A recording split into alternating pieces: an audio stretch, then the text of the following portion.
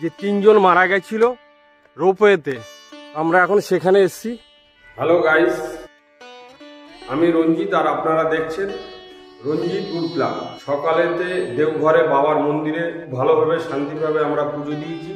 পুজো দেওয়ার পর এরপর আমরা ফ্রেশ হয়ে এখন আমরা দেওঘরে সাইড সিনেতে বেরোবো। তো প্রথমে একটা টোটো ঠিক করব এবং তারপর আমরা কোন কোন জায়গাতে যাচ্ছি, টোটো অটোওয়ালা কত ভাড়া নিচ্ছে, এই সমস্ত বিষয় আপনাদের সঙ্গে শেয়ার করতে চলেছি। তো আমার সঙ্গে থাকুন আর দেখতে থাকুন রঞ্জিত প্ল্যান।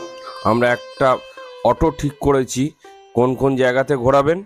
त्रिकुट पहाड़, तपोवन, नौलखा, नंदन पहाड़, बालाजी आश्रम। तपोवन तो बोला है, दुर्गा मंदिर। हाँ। तो 7 जगह आप घुमाएंगे, आप 700 रुपया लेंगे। আপনারা শুনলেন, আমি 7টা জায়গায় দেওঘরের সাইট সিন করব। 7টা জায়গাতে 700 টাকা ঠিক হয়েছে।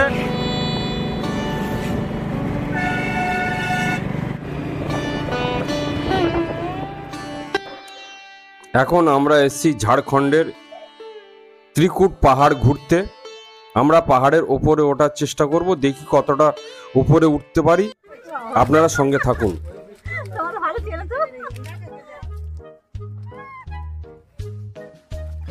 এই ত্রিকুট পাহাড়ের সিঁড়িতে প্রচুর পরিমাণে বানর আছে। এখানে আপনারা ব্যাগ ও মোবাইল সাবধান, কিন্তু আপনারা যত্ন সহকারে খেতে দিতে পারেন, ওরা কামড়াবে না বা কিছু বলবে না। আর এটা হলো বানরদের সুইমিং পুল। এই ত্রিকুট পাহাড়ের অনেক কাহিনী আছে, আমি সেগুলো আস্তে আস্তে সব আপনাদের সঙ্গে শেয়ার করব। তবে প্রথমে বলে রাখি, দেওঘর থেকে ত্রিকুট পাহাড়টি 18 কিলোমিটার দূরে আছে। এই পাহাড়ে শীতল জল আছে, যে জল খেলে আপনার শরীর ও চোখ দুটোই ভালো থাকবে। এই পাহাড়ে কি কি মন্দির আছে সেগুলো তো বলবোই। এছাড়া 2022 সালে যে মর্মান্তিক দুর্ঘটনা ঘটেছিল, সেটা এই পাহাড়েতে রোপওয়েতে সারা বিশ্বকে সাড়া জাগিয়ে দিয়েছিল। এই দুর্গা মায়ের চৈত্র মাসে পুজো হয়। আমি যে জলের কথাটা বলছিলাম, এটা হলো সেই জল। ভিডিওটা ভালো লাগলে অবশ্যই সাবস্ক্রাইব করবেন এবং পাশে থাকা বেল আইকনটি অন করে রাখবেন, যাতে এই ধরনের ভিডিও পেয়ে যান। এটা হলো শিব মন্দির। এখানেতে রাবণ শিবের তপস্যা করেছিল এবং ব্রহ্মা বিষ্ণু মহেশ্বর বলেছিল এই শিবকে আর এখান থেকে তোলা যাবে না। তো শিব আর এখান থেকে তোলা যায়নি। তোলার চেষ্টা হয়েছিল কিন্তু আর তুলতে পারিনি। আর এই জলটা শিবের মাথায় সারা বছর এইভাবে পড়তে থাকে। আরো অনেক কিছু দেখাবো আমি এই পাহাড়েতে। ভিডিওটা দেখতে থাকুন, একটু লম্বা হবে তবে ভালো লাগবে। এই পাশে আছে পার্বতী মন্দির, মা দুর্গা মন্দির। এটা হলো গণেশ মন্দির।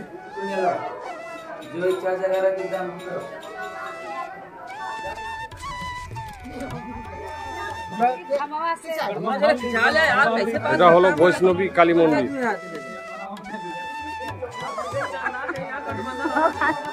এরপর আমরা আরো উপরে উঠবো।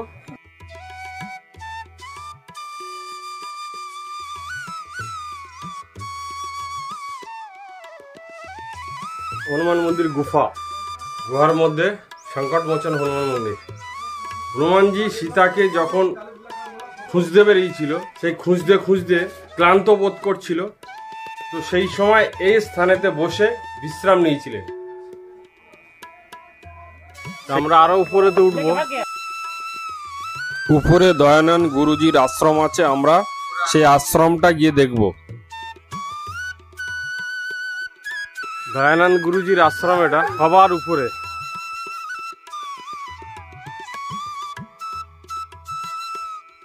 উঠতে কষ্ট হচ্ছে ঠিকই, কিন্তু আমরা ঘুরতে এসেছি।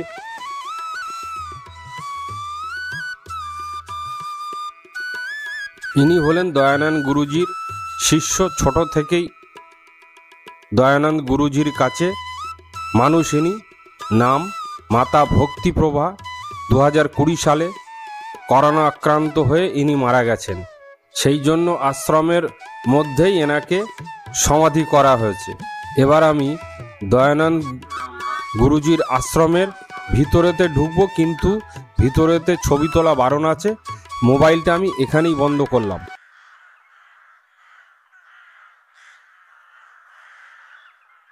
চিরকুট পাহাড় আমরা এই পর্যন্ত অনেকটাই উঠেছি। আমরা উঠেছি নিচে থেকে 600 ফুট উপরে। চিত্রকূট পাহাড়ে অনেক কিছু দেখার আছে, যেমন আমি জিনিসগুলোকে দেখিয়েছি ঠিক সেম আমি এই গাছটাকেও দেখাচ্ছি। পুরো অজগর সাপের মতো পেঁচিয়ে উঠেছে। আপনারা একটু খেয়াল করুন, পুরো অজগর সাপের মতো।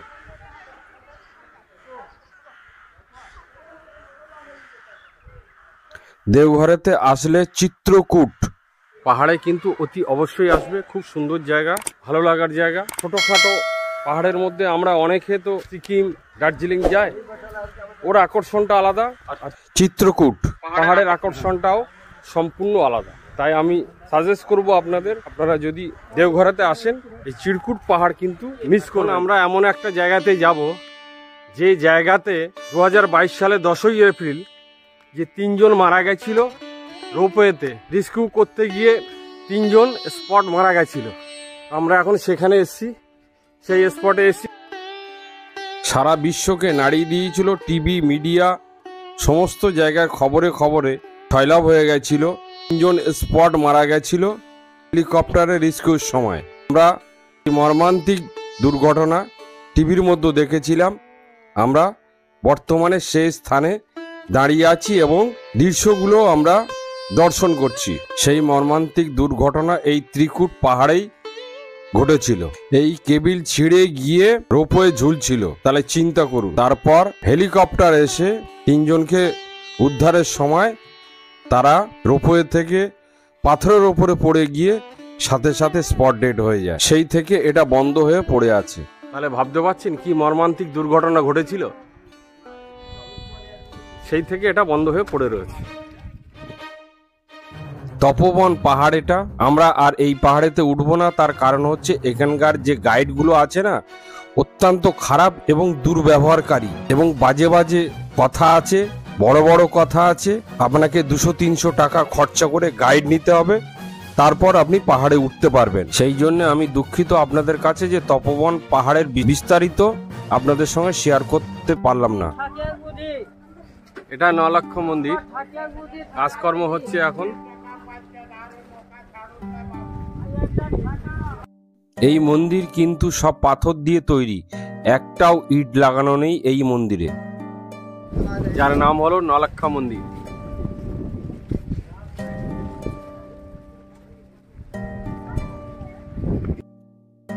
এই মূর্তিটা হলো নলাক্ষা মা। এটা হলো দুর্গা মন্দির।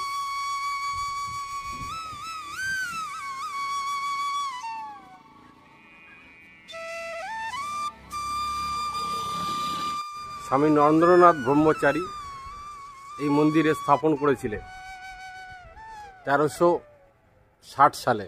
একটু ভিতর দিকে যাব। মা দুর্গা এখানে নবদুর্গা রূপে পূজিত হন। আমার এই ভিডিওটা যদি আপনাদের ভালো লাগে তাহলে অবশ্যই একবার সাবস্ক্রাইব করবেন এবং পাশে থাকা বেল আইকনটি অন করে রাখবেন, যাতে এই ধরনের নতুন নতুন ভিডিও নোটিফিকেশন আপনার মোবাইলে যায়। আমরা এখন সাতসাং আশ্রম ঘুরতে যাব।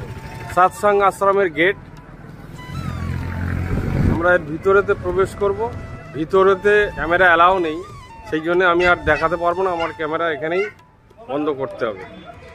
অনুকূল ঠাকুরের সাতসাং আশ্রমটি অবশ্যই আপনারা যাবেন। ভিতরে কিন্তু ক্যামেরা অ্যালাউ নেই।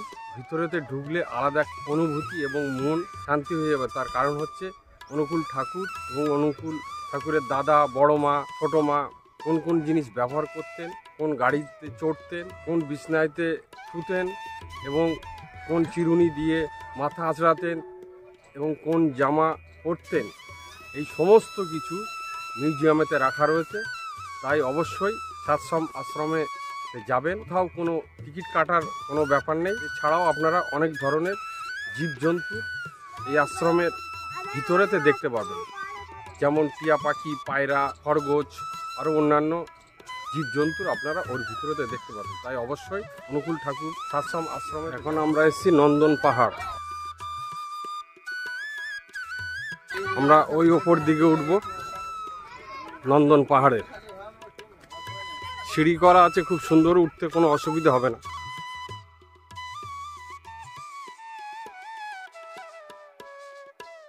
আমরা নন্দন পাহাড়ে অনেকটাই উপরে উঠেছি।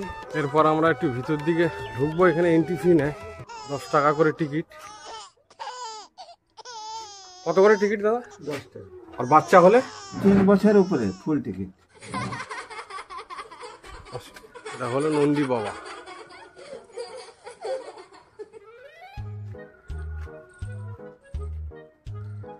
এই পাহাড় থেকে দেওঘর শহরটা খুব সুন্দর, অপূর্ব লাগছে। ভিডিওটা আমি মোবাইল দিয়ে করছি, এর জন্য তো কোনো পয়সা লাগেনি। যদি আমি গোপ্রো ক্যামেরা নিয়ে আসতাম তাহলে আমাকে 25 টাকা দিতে হতো, বা ডিএসএলআর হলেও 25 টাকা দিতে হবে। ছোট ছোট বাচ্চারা এখানে ভরপেট মনোরঞ্জন করতে পারবে। 10 টাকা করে এন্ট্রি ফি নিচ্ছে, কিন্তু দেখার অনেক কিছু আছে। পার্কের পিছন দিকে এর ভিতরেতে হরর সিনেমা হচ্ছে, 2 টাকা করে টিকিট। আমরা গিয়ে দেখবো।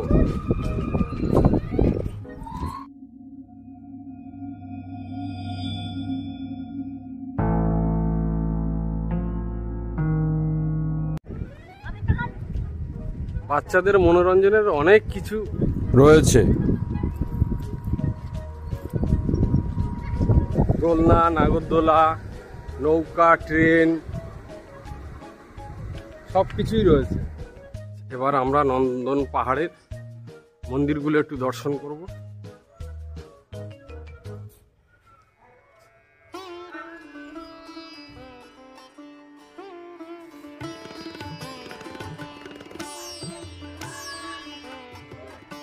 রাম সীতা,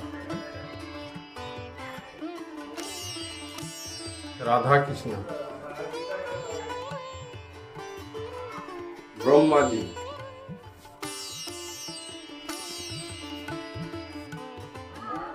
চিত্রকূট ভগবান,